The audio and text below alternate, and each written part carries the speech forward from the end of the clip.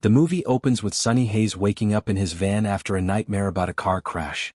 Shaken but composed, he gets ready and heads out to the Daytona racetrack in the middle of the night, where he's competing in the 24 Hours of Daytona.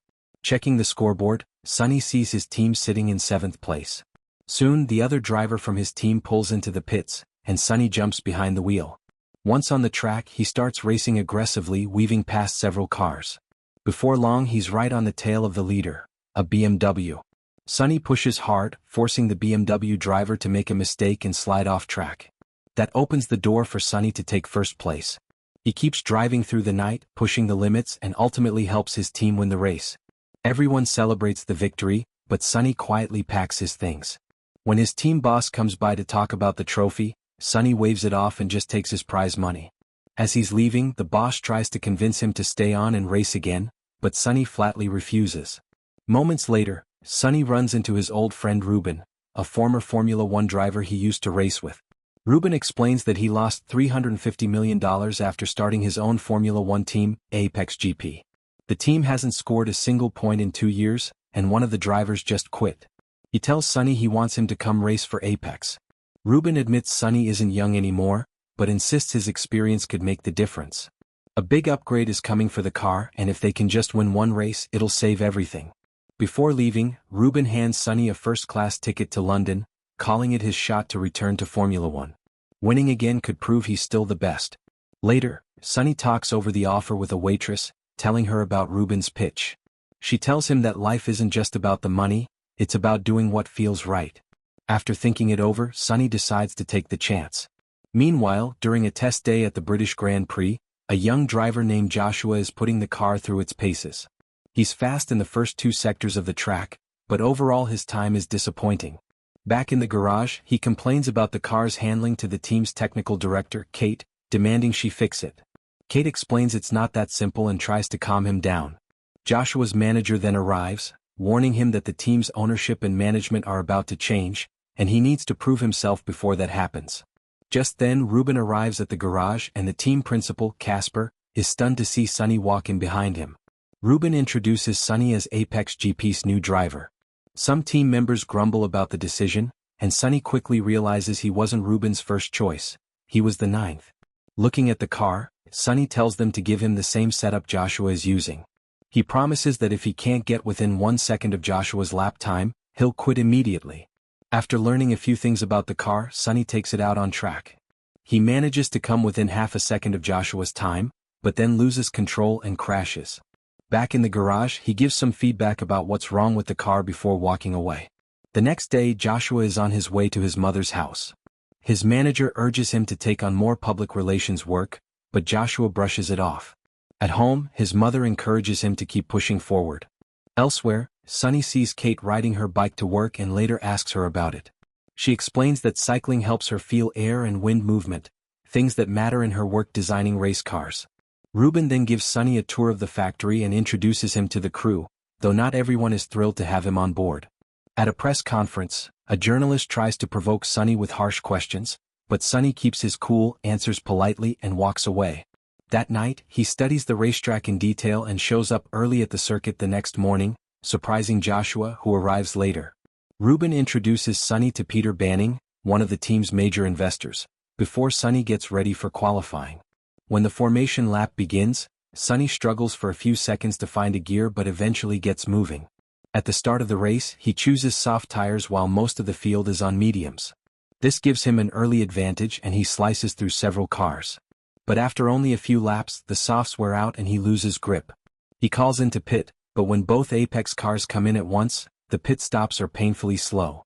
Back on track, Sonny finds himself near Joshua. Joshua tries to pass but Sonny blocks him. Joshua demands the team orders Sonny to move aside, but Sonny ignores it. They battle hard and end up crashing into each other. Back in the garage, Joshua rages about the slow pit stop, and when Sonny returns, Joshua tries to fight him. Outside they argue, with Sonny telling him no one seems to care about the team and if Joshua wants to pass, he'll need to earn it. Sonny then walks off. Later that night, Ruben asks Sonny if he hit Joshua on purpose because of something in their past, but Sonny denies it. He explains the real problem: the car just isn't competitive. Not long after, Sonny sees Kate working late on a new front wing design. He takes her out for a drink and asks her what people really think of him. Kate admits that many think he's a spoiled driver. Sonny explains that the car is too slow on the straights, and what the team really needs is a design that performs well in turbulent air and can handle close racing.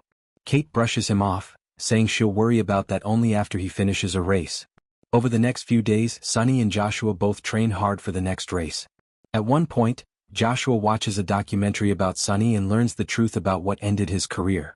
Back in the 1993 Spanish Grand Prix, Sonny suffered a brutal crash that he never fully recovered from. The next big test comes at the Hungarian Grand Prix. In the strategy meeting, the team lays out only two options: Plan A, a one-stop race, or Plan B, two stops. Sonny challenges them, saying they should make their own luck instead of sticking rigidly to plans. At the start of the race, Sonny hits some debris and suffers an early puncture. The team tries to put him on hard tires, but he demands softs and even refuses to leave the pit until they agree. Later, he damages his front wing, which brings out a safety car and helps Joshua move up. He does it again later, creating another safety car that allows Joshua to score a point. After the race, Joshua tries to thank him, but Sonny shrugs it off, saying it's only 1 point. In the days after, Sonny spends long hours in the simulator, eventually finding the best setup for the car. Kate informs him that the new upgrades he wanted will be ready by the Dutch Grand Prix. At the Italian Grand Prix weekend, Sonny tells Joshua that everyone will be watching him now. He advises Joshua to focus on winning while he himself holds back the rest of the field. Hey everyone! If you're enjoying the videos and want to keep seeing more, make sure to hit that subscribe button and turn on the notification bell so you never miss an upload. We're on an exciting journey to reach our first 1,000 subscribers, and every single one of you can help make it happen. Your support means the world to me, and it's what keeps this channel going strong. So smash that subscribe button, join the family, and let's reach this milestone together. During the race, Sonny suffers another puncture and drops a lap behind the leaders. After a quick pit stop, he rejoins the track right in front of Max Verstappen and deliberately slows him down for a few corners, giving Joshua time to close the gap. On lap 46, rain starts to fall. Most drivers head in for wet tires, but Max and Joshua both gamble by staying out on slicks. Sonny, however, makes the call to pit for intermediates. Sonny waits in the pit box, timing things carefully for when the leaders catch up. As Max Verstappen approaches to lap him, Sonny pulls out just ahead and deliberately holds him up for a few corners. That gives Joshua the chance to close the gap. Seeing how close Joshua is now, Sonny radios the team and tells them to remind Joshua not to attack Max until the main straight. The message goes through, but Joshua ignores it. He dives in to overtake just before the final corner, loses control and slams into the wall. His car erupts in flames. Without hesitation, Sonny jumps out of his car and rushes over, pulling Joshua from the wreckage. At the hospital, doctors confirm Joshua has only minor injuries, but his mother is furious.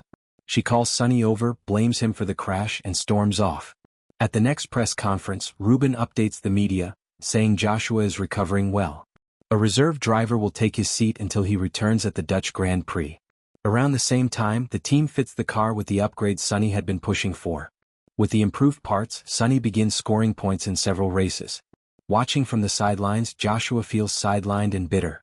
By the time he returns at the Belgium Grand Prix, Joshua is determined to prove himself. He races aggressively and even collides with Sonny, sending him into a crash and out of the race. Joshua, however, goes on to score points. Afterward, Sonny warns him that racing out of anger and revenge will only hurt the team and could destroy his career. Joshua ignores the advice and Sonny walks away. Noticing the tension, Kate tries to cool things down by taking both drivers to a bar. She makes them play a card game, deciding that whoever wins will be the lead driver in the next race.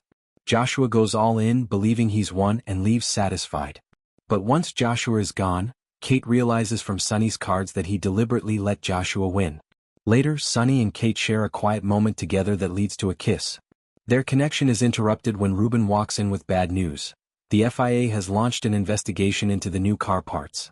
The team is forced to remove the upgrades and revert to the old setup.